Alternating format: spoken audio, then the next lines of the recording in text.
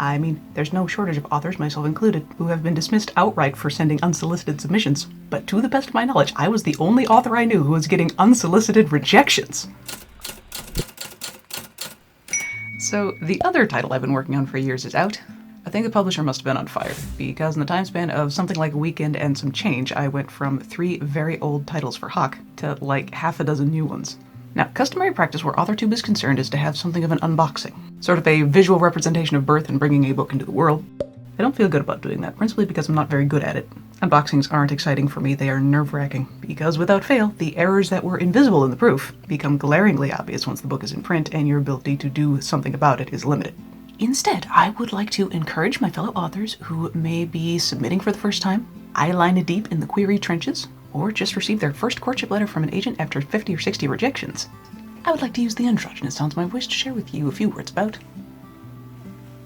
my first rejection letter. Actually, truth be told, my first rejection letter was in high school. 2 words. First one started with an F. Now, rejection letters among authors are not unique. Usually a politely worded better luck next time letter, or if for some reason you chose to use the direct approach to the point of rudeness, you might get something more strongly worded along the lines of, "and not if you were the last author on earth." My first rejection was neither of these, and it was unique in the sense that I was not rejected for a book.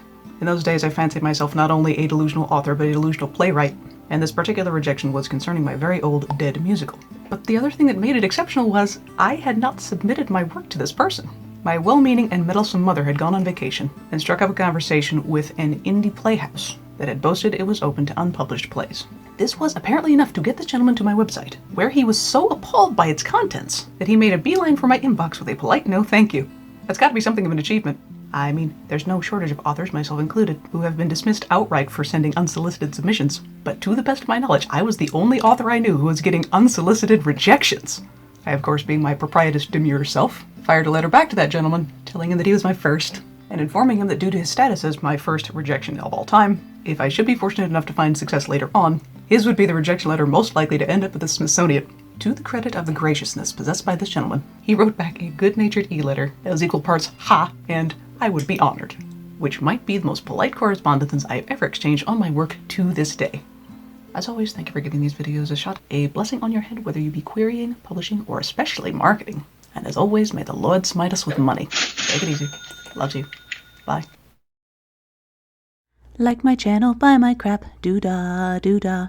There's no time to take a nap, oh the doo-dah day. Hey!